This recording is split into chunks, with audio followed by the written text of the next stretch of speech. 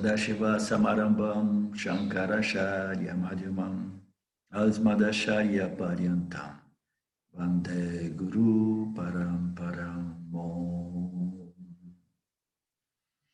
Om Shanti Shanti Shanti On. So I think we have only one question by email. It's the one that Ruth sent me. Did anybody else send me a question on? Because I had the impression that there were two, but no, I only found one this morning. And we can begin by the question of Ruth. You want to elaborate it on your words again, or I remember more or less what you said.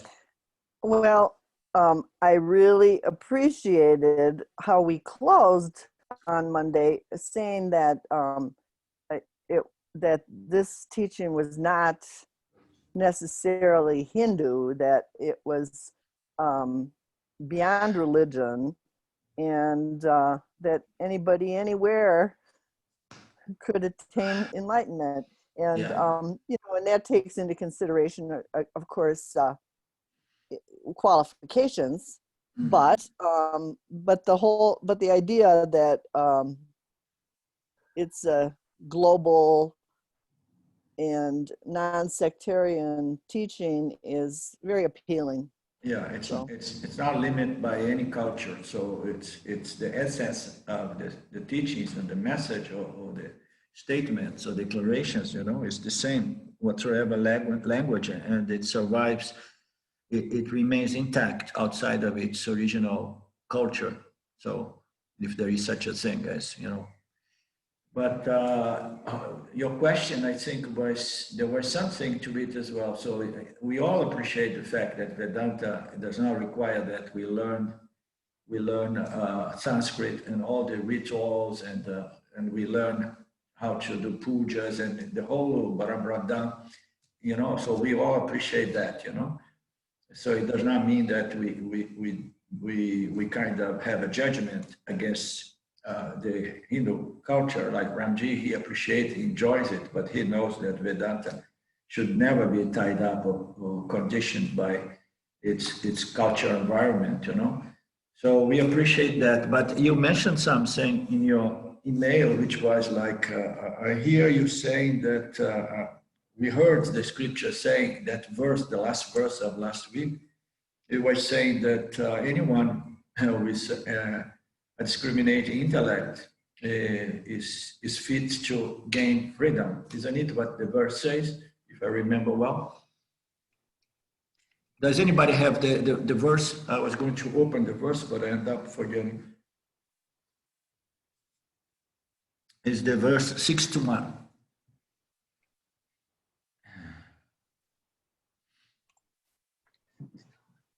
I've got the book open to verse 61. You want me to read it? Please. The self-awareness can be known by anyone with discrimination. Okay, that's it. So the self can be known by anyone with discrimination. So who does not have the discriminating faculty, right? Every human jiva has a discriminating faculty. So can you continue reading the verse? It is self-luminous, a partless whole, distinct from the five sheaths, witness of the three states of experience, changeless and untainted by anything that is in contact with it. Okay, so the self is available to anyone who can discriminate, you know, can discriminate the seer from the seen, okay? And then the verse goes about describing the nature of the self as something that is distinct from all of our experience, the koshas, the three bodies, and anything, and it does not modify, it's never really impacted by anything of this order of reality, experiential order of reality that we call Mitya, which is a superimposition on the self, which is the witnessing light in which all of this can be seen and experienced. So the question that Ruth presented to me was like, so I understood that the self can be realized by anyone with a discriminating mind. Wasn't it your question, Ruth? Can you read your question maybe? Oh, I think I have it open here maybe. I don't have it. But I said, I understood you to say that, or the scriptures said that anyone can obtain enlightenment anytime, any place. Oh yeah, you wrote like anytime. So anytime is another important element because you put it there. So it's the scriptures say that anybody with a discriminating intellect is able, is fit to recognize the self, which is a byproduct of this very subtle discrimination between the light of the illuminator and the intellect and all the objects that appear within the intellect. So that statement says that anybody can be, but at the same time, the scriptures presents us again and again the fact that the discriminating intellect is not something easy to find, you know, and its refinement and development of this subtle discriminating power usually is something that takes time.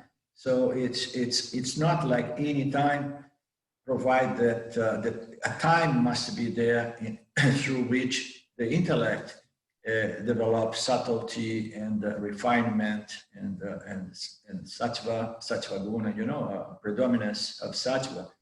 So anybody with a discriminating mind has the instrument by which, you know, the self can be recognized, provide that this discriminating intellect is purified and it's made very subtle and refined, you know, because the subtlety of this discrimination is such that the intellect needs to be subtle.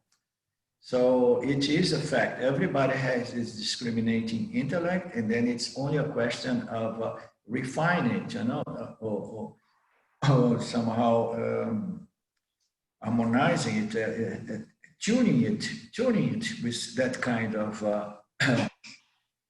of energy which is required to successfully come to the understanding, you know, that I am the light of the illuminator.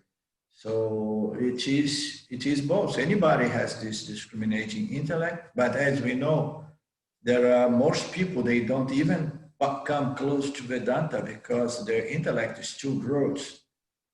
So the intellect, it begins to refine, and then we start getting attracted to Vedanta. And then with further refinement and subtlety and more development of sattva, which is the power that reveals, power that knows, you know, and then the self can be easily realized as the light, you know. So you understand, Ruth? So we could have further discussions on this topic if it's necessary, but it is like that. So like Ramji likes to say, self-recognition is very, very simple, but it's not really easy because it's not easy to find an intellect which is highly purified, you know.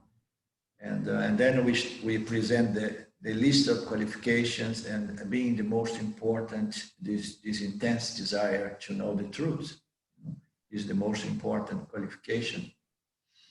So, and then the others begin following, and then we develop the mental, emotional, intellectual purity that somehow makes us qualified to receive this grace, you know, this understanding, you know.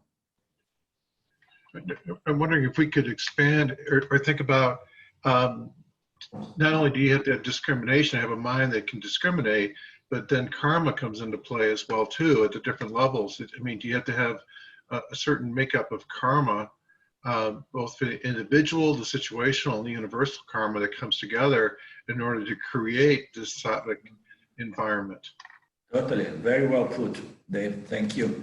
So the entire equation of which brings about a qualified intellect, a refined intellect, involves also our sanchita karma, you know, because if we If we suppose we would gain out of the blue, you gain a purified mind, but you have a lot of papa on the pipeline, you know, and then you're going to be living in an environment in which there will be a lot of adversity, a lot of bad karma to deal with, you know. And then what happens when we deal with a lot of bad karma? The mind gets stressed out, agitated, you know, or depressed.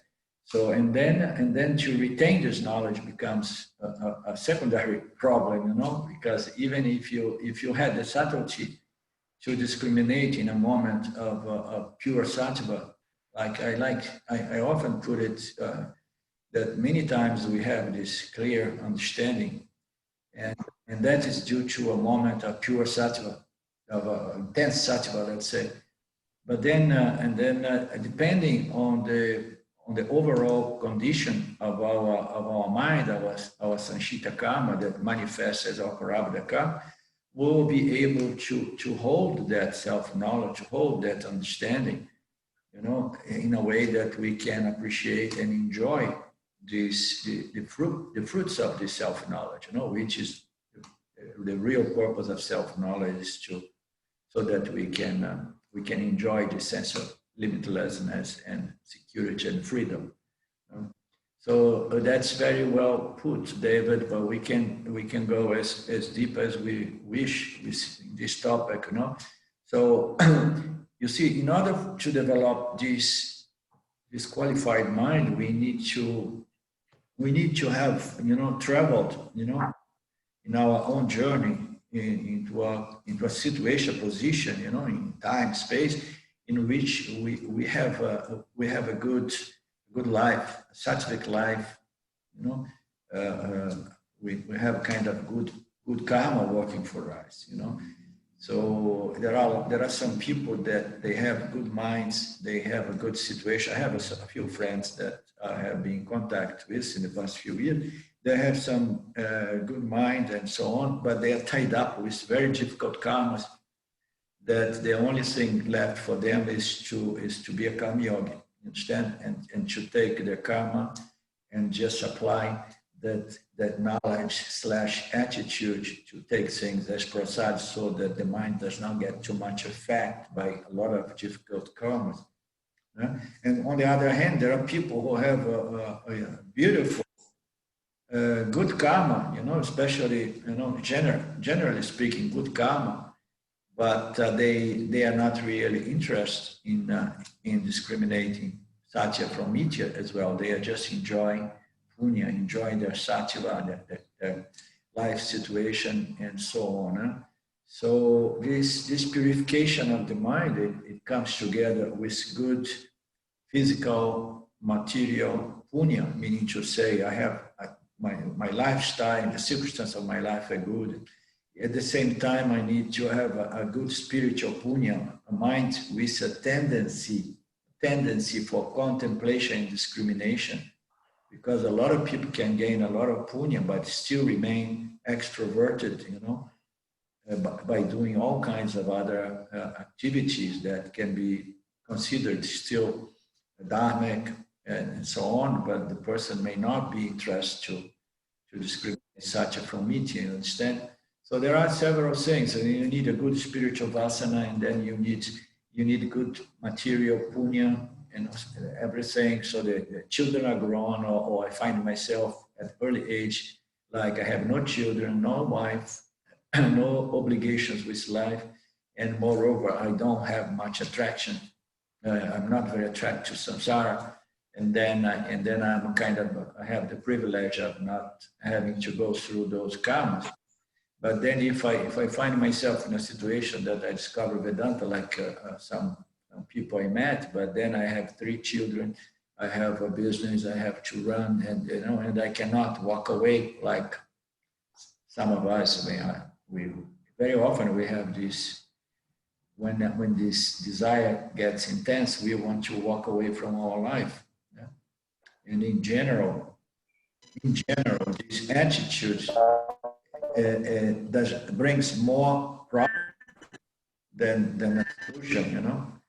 because if I'm really fit, if I'm really totally clear, I can really walk away from and leave everything to Shwara. You say, Shwara, I'm leaving my wife and children, so I'm sure you're going to take care. So again, what is a good example? Maharaj, he walked away from family and everything, you know, and he walked away from family and everything without leaving the address or any real note, you know, and he did not have any conflicting karma. That action of his came from a different realm, a different power, different, you know, that he did that without any sense of doership and any sense of guilt or conflict. So if our mind is really pure, we may be able to walk away from everything. But in most cases, we need to do our dharma and stay with our karma, with the karma yoga attitude, you know. So karma is one of the key elements as well for a mind fit for this final understanding, you know, it's doubtless understanding. Yeah.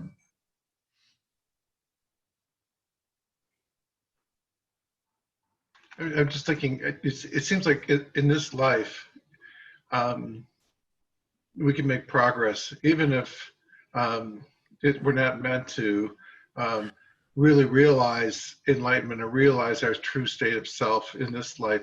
That perhaps what we, you know, maybe I can think of this as really going beyond just limited life that we live right now, this body, this physical body, and look at it from a bigger picture point of view, and that it's a journey that goes across several lives, if you will. And so we're making progress, you know, to the extent that we can work with our.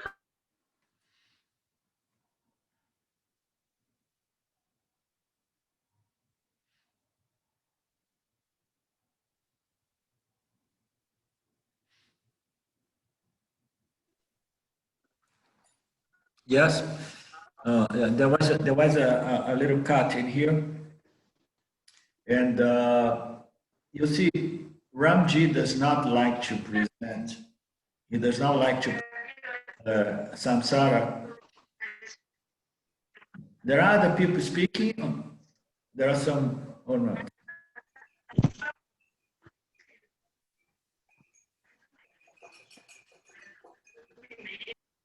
Yeah, Karen and Luciana, you have the microphones.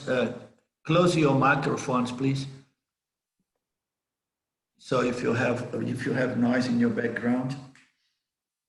So I was saying that Ramji does not like to present the samsara as a cycle of many births, you know, births and death and births and death, and he has a reason to do that. So, and I like to present it like the tradition presents it, to give us the understanding.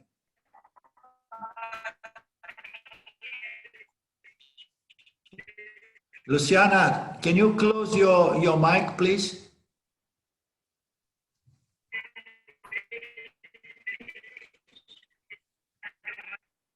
I think you could do that too, Arlindo. Yeah, but Yes. I'm not managing. My connection is going on and off.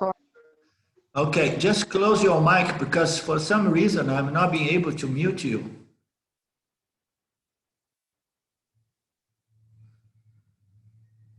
Okay.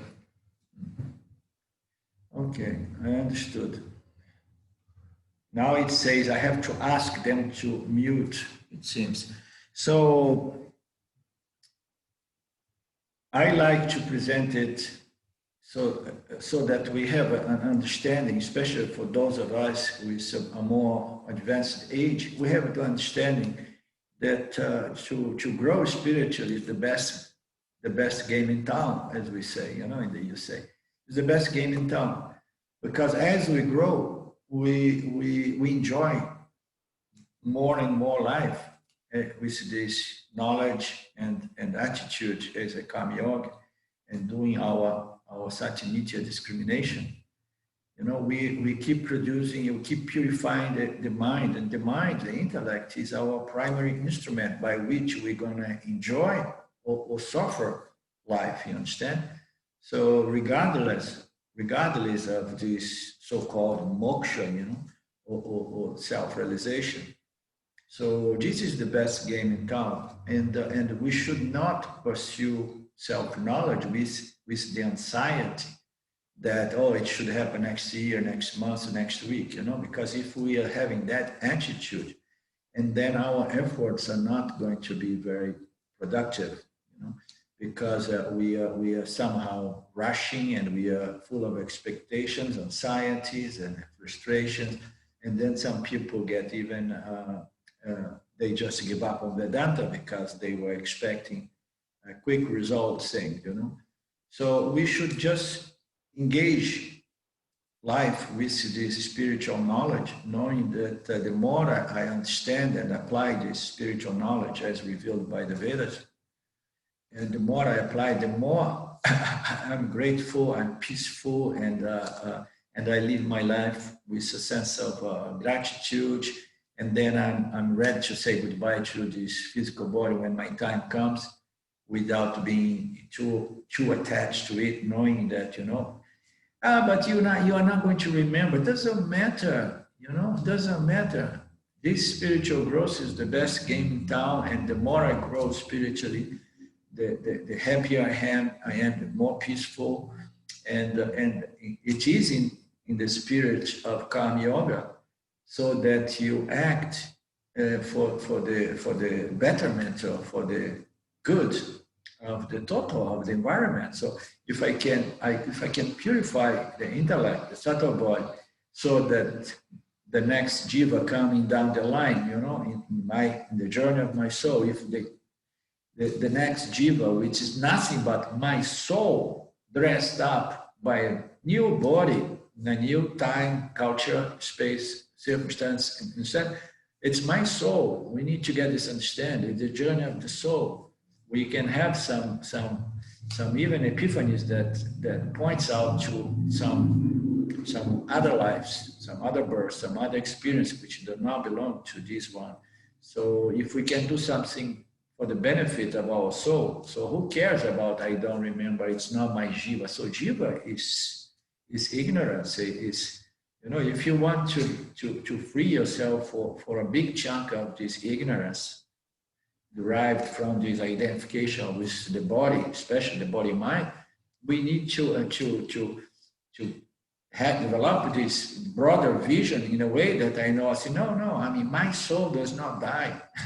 You know, my subtle body survives the death of this physical body. When the physical body does, you know, if I'm identified with my subtle body, the soul, I still carry on. So let the body go. I still carry on. It doesn't matter that I'm not going to remember this jiva and that jiva. So my soul is going to get a new dress, new equipment, and it's going to go about where it somehow left off. You know, and we just carry on. So I like to present this samsara, you know, take in consideration not only the thoughts as they appear in your mind, and then you engage and you get bound to them, but also in this wider view presented by the tradition for the reasons I just mentioned. You know.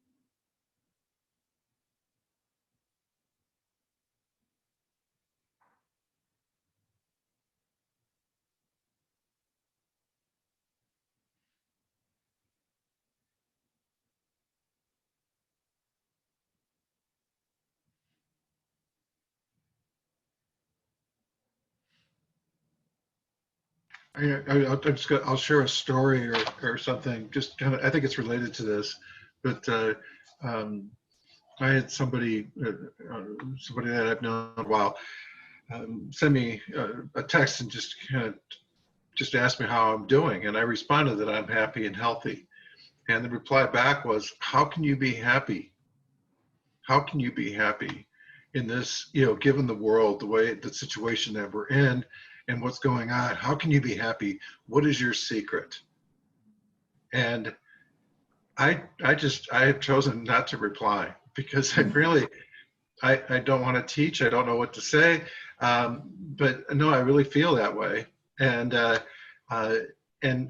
there's no way that I feel like I can explain it to this person, and and I don't think they're open to reading the Bhagavad Gita either. So does this person know about Vedanta or Gita? Is this person someone who knows your association with the scriptures or not? I think she knows. I don't know that she's that interested because But it's not what she knows. Yeah, but it does not help to point her into that direction. You could as well just say, well, it is spiritual knowledge or spiritual wisdom that somehow allows the individual to be happy regardless of circumstances of the field. So you can point, because that's where people we touch people when we show them that peace and contentment and happiness is possible and does not need to be dependent on certain circumstances or happenings. It's spiritual wisdom, spiritual knowledge. So it's good to at least to send that message. I would say, I would do that without having to write a book. Well, and you said something about just being able to develop spiritually, and understand that as part of our life in this life is to invest and develop spiritually. And so whatever path you're on, I think Ruth and I were kind of talking about this, but whatever path you're on, allow yourself to explore the spiritual path and not just get caught up in the samsara, in what's going on around, but instead go deep and put it however you choose to go deep.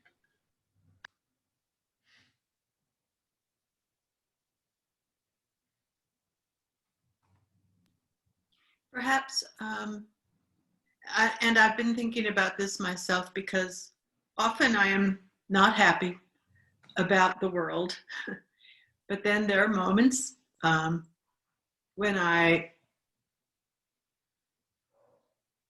simpler awareness takes over, and all that other stuff just looks like all these accumulations of detritus. The world just gives you these thoughts about it and your judgments about it and all that stuff. And so I've been wondering whether, when you say a purified mind, can you also look at that in terms of a simpler mind? Well, that's a good point.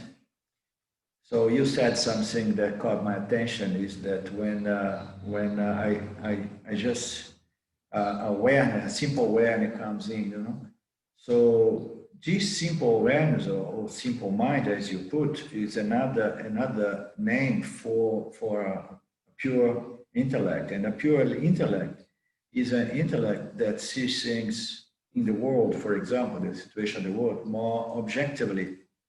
And with a certain sense of equanimity. And this equanimity that allows us not to get caught up with the world and what I would like the world to be and not to be and so on. This equanimity is a function of this spiritual knowledge being properly assimilated, in either ways. And it begins with karma yoga and karma dharma. So we know if the world now is becoming tough place to be, it is our planetary parabada karma, So if it's happening is because it's part of our Prabhupada karma as a species in this nation, in this country, in this planet, So it's a global situation that's happening, So we understand the laws of karma, and we know that we are just reaping the results of our actions in the past as a planet, as a species and so on. And there is no way around it. So we cannot keep doing what we have been doing since 200 years and expect a marvelous result, So if we are doing things irresponsibly without taking consideration the shwara and the field and living a life in harmony with the field, with the shwara, with the laws, and with all the other beings, other creatures, if we live a spiritual life as a species, we would never be in the condition we are in right now, So we cannot expect a different outcome after 200, 300 years of total ignorance and materialism that has gone to extreme. So if we understand these karmic laws and then we accept our Prabhupada karma as a planet, that's what it is, Okay, Shwara, it's gonna be. You understand? There's nothing we can do. These are the laws of karma. So this already insulates the mind to a certain extent against these things. The other knowledge is the understanding that I am the light in which the circumstance of the planet, all this experience and events and occurrence, all of this all this madness, all this craziness, and the civilization is crazy nowadays, it's pure madness. So all of this is happening, and it's happening within the light of my conscious existence. So this understanding, it really has the greatest power to insulate and to protect the individual from suffering and anxiety and fear and desires and so on. So we have this spiritual knowledge that comprehends Shwara knowledge or Mithya knowledge and Satya knowledge that's going to be the only protection we have against the adversities of that we're going to be facing this planet, because it's going to continue. It's not only about virus and germs and pandemics. It's about the environment that we have been, damaging the environment for so long. All the impact we had in the ocean, in the air we breathe, in the water we drink. We have been misusing all these elements, all this the resource of the planet. We are not behaving very wisely, and we don't do it because spiritual knowledge was left behind, and we became overall very materialist.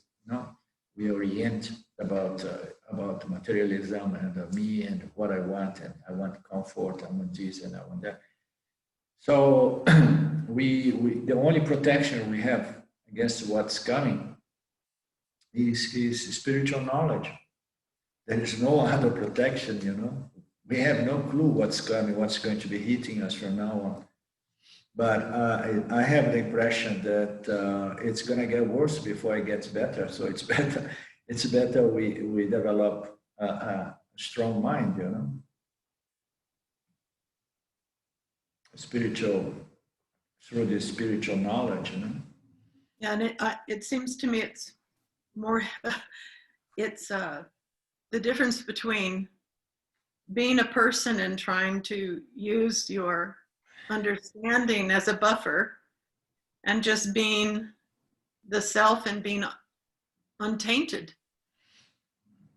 by anything, as it just said in that verse, untainted by anything that it is in contact with. Yeah.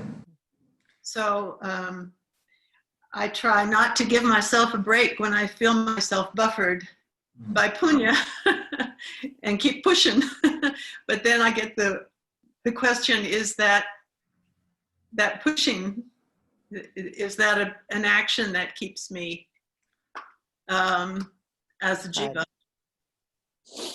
Well, the ultimate insurance is self-knowledge, they understand that that is the ultimate insurance we have.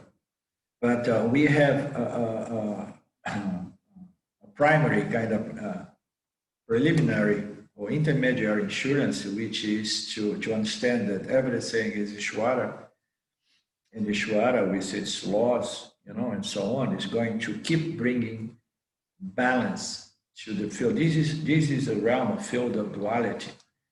You understand the pleasures and pains, good and bad, everything, all the pair of opposites are at play here.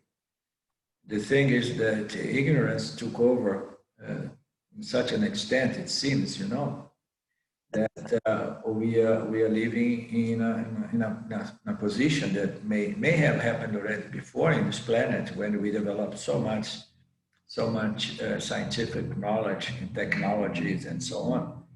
But our spiritual knowledge was reduced in the process, So there is Steve Hawking, he said once that civilizations often they disappear because they develop too much technology and they don't know how to handle it, because spiritually they become just like a very rushed, very raw spiritually. They don't grow spirit. So as we know, all these technologies we have nowadays, they can work for us or against us, depends on which hands they end up, So we have this situation that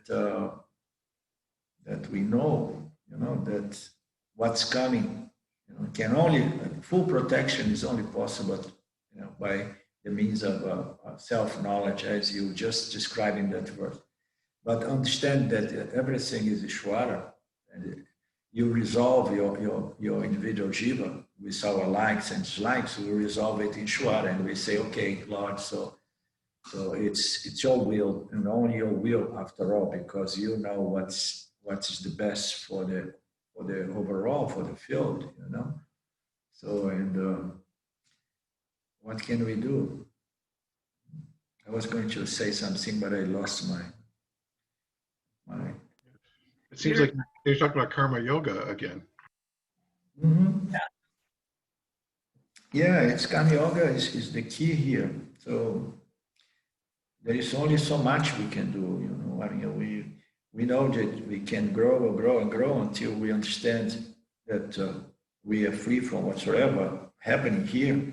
At the same time, as a jiva, we have a certain responsibility in upholding the field, uphold the dharma in the field, because this imbalance between knowledge and ignorance is the problem, So now we have this materialism and this ignorance, that all these dark people, these people who want only power, control, and pleasures.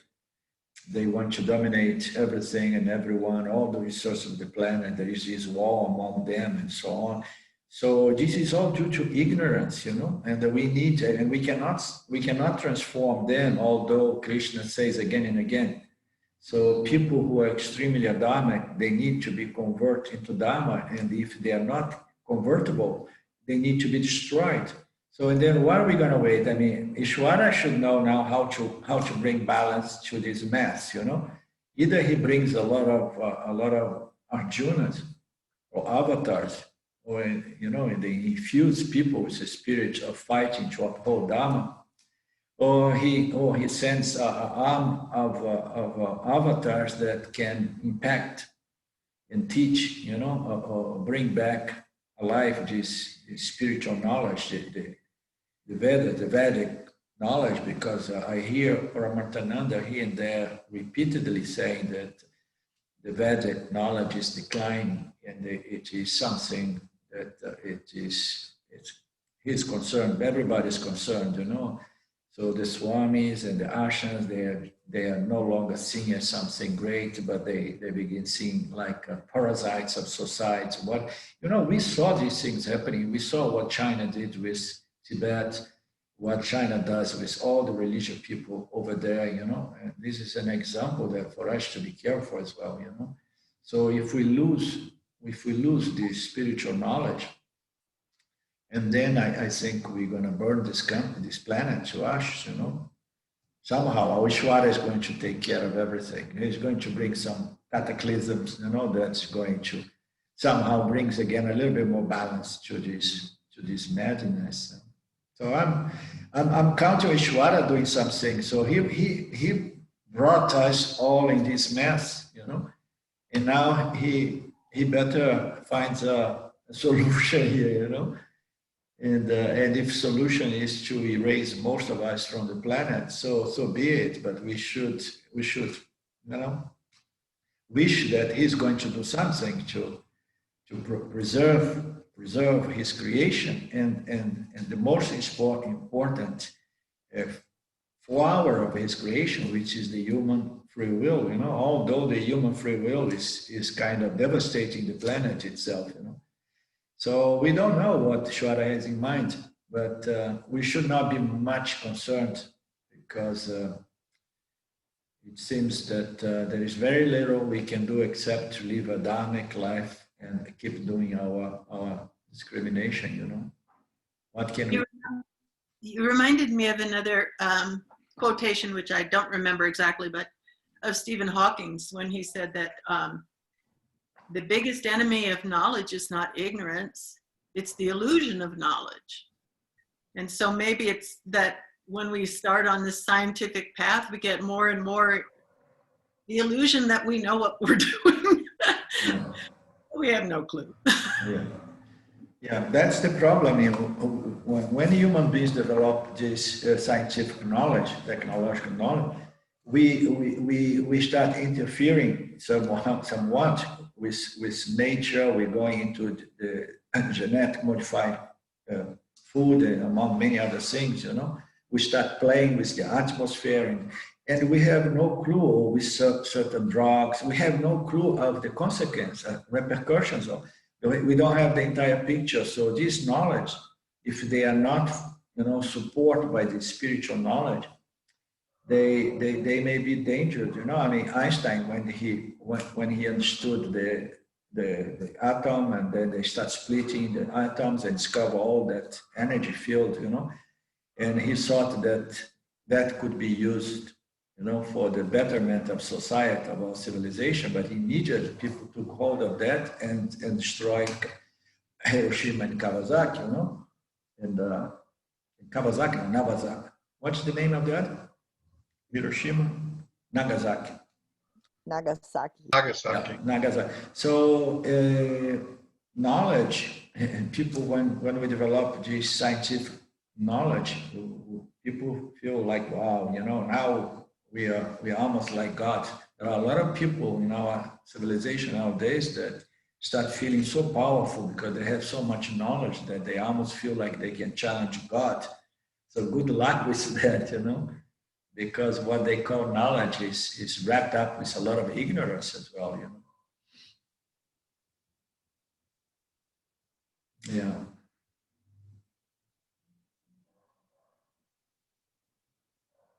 So you are happy, David, and you should never, ever contemplate the idea of feeling guilt about that, you understand?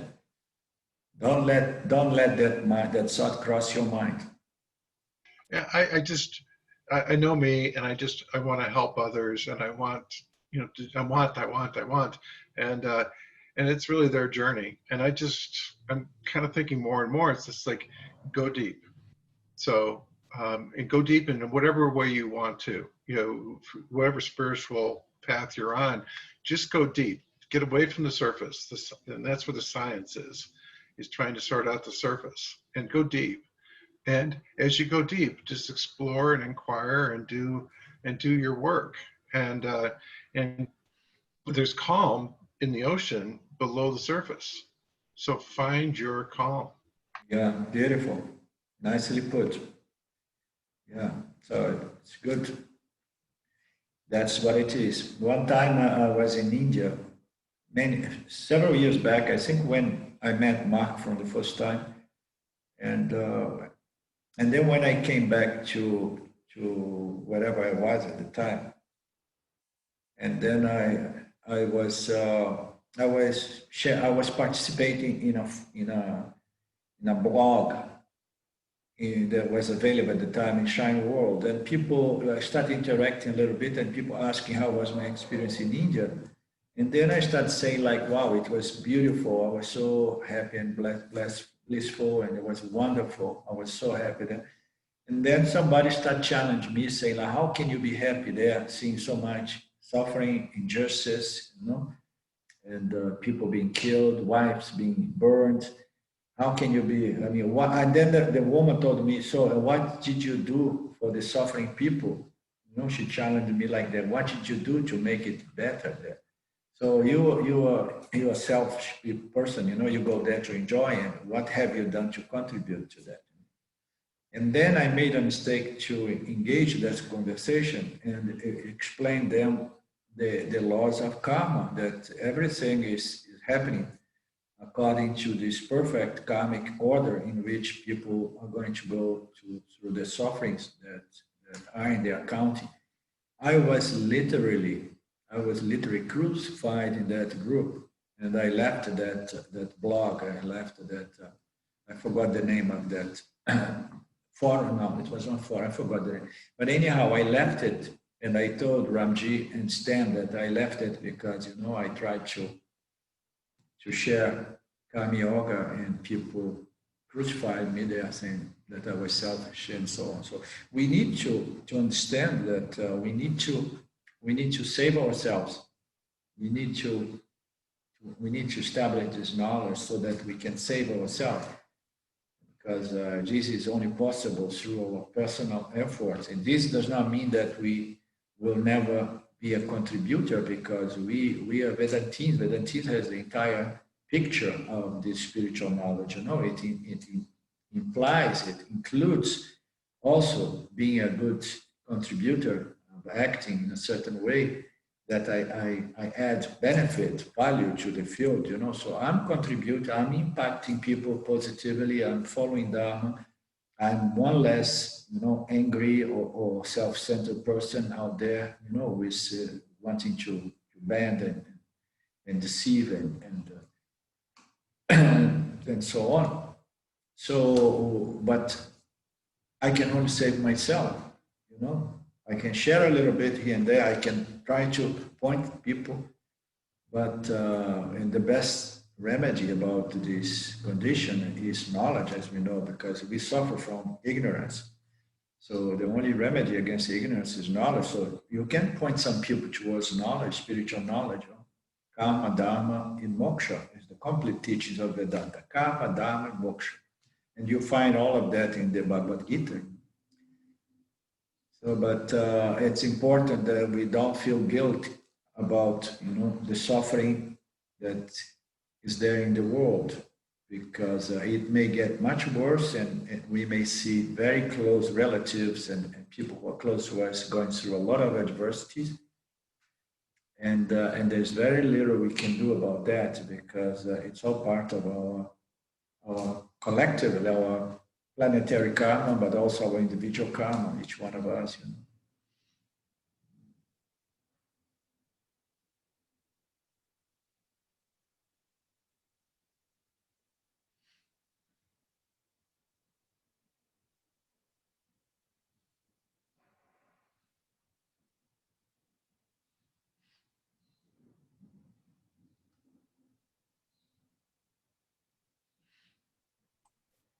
Well, I was going to say, it's like there's these hurricanes, that could really wreak some total destruction on like Texas. And I actually didn't listen to any news or anything yet, but it's, just that impending, and the fires and the droughts, and then the virus and whatever. I mean, we may see this aggravation. I mean, of the field coming, and what can we do, Karen? try to, I guess, like Lynn was saying, try to stay in our place of our field of safety and our knowledge, I guess, Yeah. of that this is the planetary karma, and it'll work itself out, I guess. Yeah, exactly. Yeah, Shwara is going to work itself out because Shwara is the field. Shwara is the intelligent cause, it is the energetic cause, the material cause, and it is the field. You know, the universe manifests. So it's going to work itself out. And if it involves, you know, reducing the population through some natural force, you know. So we need to hold this trust that Ishwara knows, you know, how to sort things out and how to bring balance back, you know. So it's all, this is, I mean, we need to keep in mind that our soul, our subtle body does not die with the destruction of the physical body. And furthermore, I'm not even the soul, I'm not the subtle body, I'm the light that infused the subtle body with life, you know. So we need to keep working on this knowledge so that we don't get all uptight if things get worse before they get better, you know. We need to hold this knowledge, we need to assimilate and work on this, expose our mind, stay with it, you know. And we cannot, I mean, we have lived nice life between, let's say, the 60s until recently, life circumstances in the West and the United States. So everybody was enjoying prosperity and safety and security, and you know, and but now things have changed. The condition of the field is changed. Nothing remains the same forever, right? So we need to understand these natural laws and be grateful that we had a punya that allowed us to live through a period of time in which there was a lot of freedom, you know, civil liberties and freedom of thinking and expression and so on, including the freedom to pursue moksha, you know. So we were lucky, we are lucky, and we leave the rest to Ishwara. We'll see what's going to be the outcome of all of this. We need this spiritual knowledge to give us the strength to deal with the circumstance of the field. Right? Is there, if there is a drug, a new drug that could cause, you know, this mental, emotional, intellectual strength? I remember when I was very young, a drug called Prozac came into the market. I'm talking about maybe 40, 45 years ago. I know because I had someone in close relationship that was used to suffer from depression when that drug came into place. And this woman used to describe to me as the solution for everything, you know. Now my life is, you know, flowery and beautiful. I say, okay, maybe science is going to come with some drugs that we're going to be eternally happy, but it does not seem to exist such a thing, you know. Yes, David. Well, I'm thinking that discrimination, we talk about it in terms of discriminating between what's real and what's not real, but as an intellect, we have this ability to discriminate. And I don't think we're really talking about being fatalistic here. I mean, things are happening, Ishwara is happening, but Ishwara is speaking to us. And so we are getting, so in some respect, this coronavirus is a warning signal. It's not lethal. It could be a lot worse. And so are we listening? The question is, to me, is are we listening and paying attention and then making choices that can perpetuate or continue, you know, the planet on its course. But are we making chance? So we as individuals, I think, have discrimination about whether or not we listen or whether we put our heads in the sand and like an ostrich and don't pay any attention. So I think we have those choices. And so I don't feel like Vedanta is fatalistic. I feel like it's somewhat realistic, or it puts things in perspective, but it's not fatalistic. No, it's not. But you see, every human being has the, generally speaking, not in every part of the world, not in every nation, every individual has the possibility to participate, you understand, and to impact their environment, their society, you know. But that is only possible, David, in more democratic societies. You understand? Some other societies, the individual has no say. You understand? So if we lose democracy, and then we may not be able to elect our representatives, you know, we may not be able to have an impact through some local association.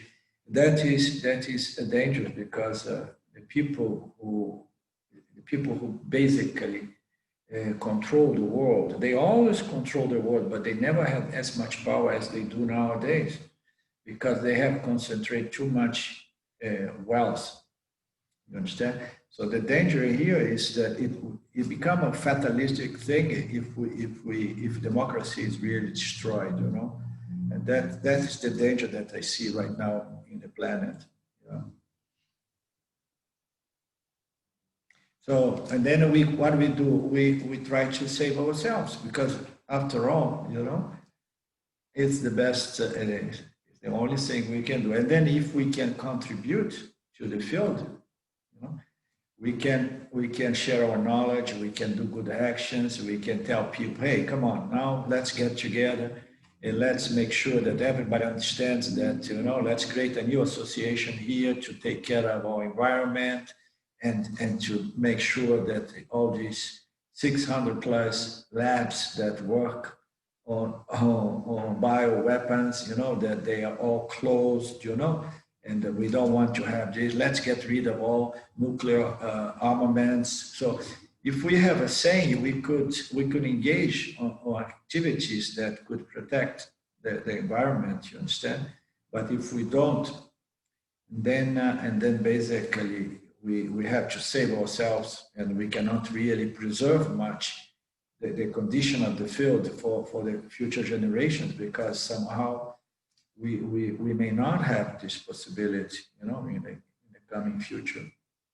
You hear me, David?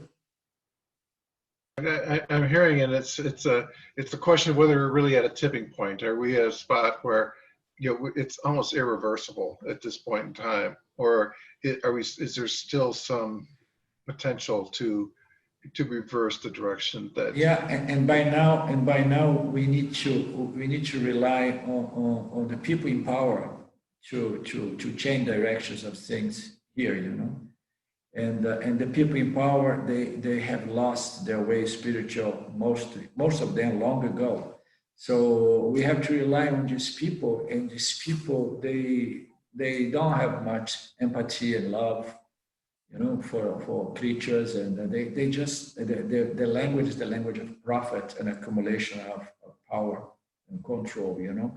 So it is, you know, it is a difficult moment, and I have the impression that Ishvara and only Ishvara can intervene here and bring some balance to the field, you know.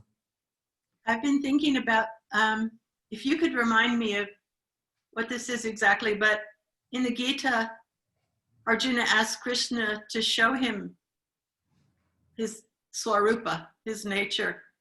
Yeah. And then he's got the people hanging out of his mouth and all that stuff. And then it seems like all this is really happening in me.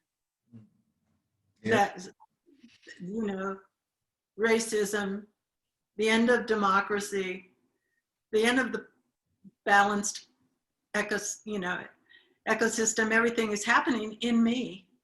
Yeah. But could you talk a little bit about that verse? Well, I mean, it is Ishvara. It's in the Vedic society culture. It's presented with the entity who creates, who is Brahma, the one who sustains, which is Vishnu, and the ones who destroys or recycles all names and forms, you know. So Shiva is all the time breaking down names and forms, and sometimes it may need to do it on a collective manner, you know. And so you want to see how beautiful Ishvara is. Ishvara is not the creator and the keeper, but it's also the destroyer. And if we understand that, we accept Shiva, you know, the one who just breaks a jila back to its original form, so that the original nature is Argila, so that the new configurations of Argila can come back, you know. So those, we need to, you know, and Krishna, Arjuna got frightened when he saw Shiva, you know, with this power to break down everything, to destroy and all, you know. And we need to, I mean, this spiritual knowledge, it gives us already a sense like, okay, Lord, so is that what you want? So be it, you know. So, and then we know that it's all Ishvara. Understand?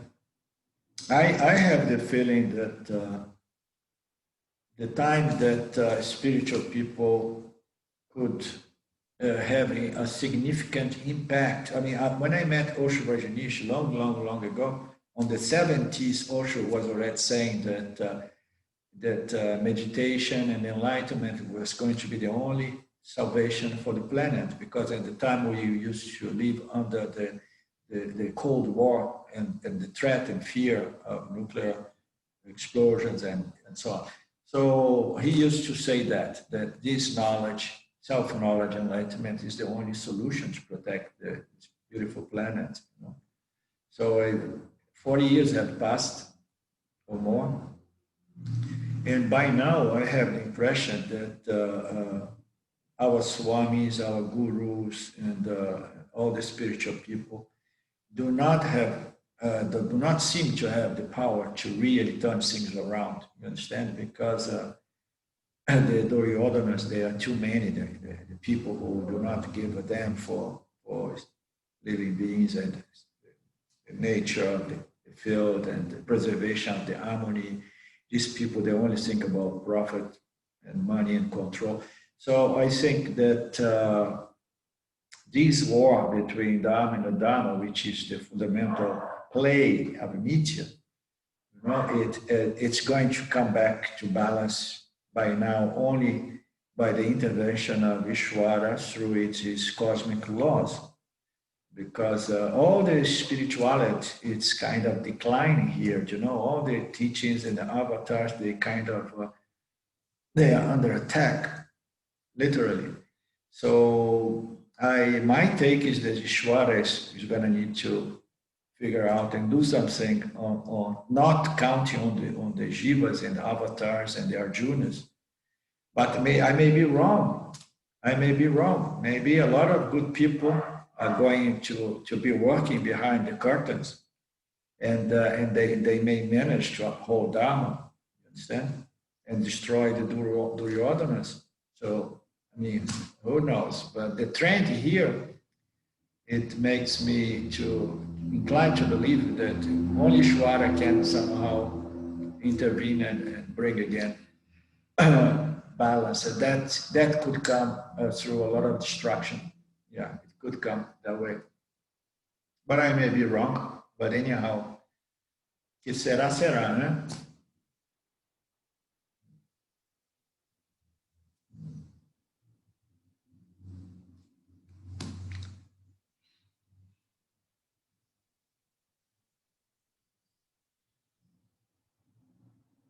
I hope this conversation today did not make anybody more worried. It should serve the purpose to help us that we have the Vedas and we have the Gita, we have the Upanishads, so that we can hold on to our strength as spiritual beings, you know, and not be caught up. I mean, to avoid the media, to avoid the TV is very important, because otherwise the bombardment of all this news is incredible, you know.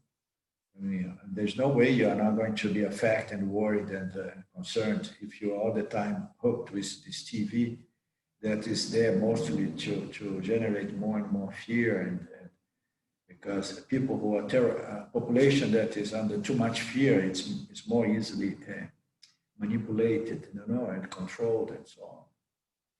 Need to be careful with the media. Yeah?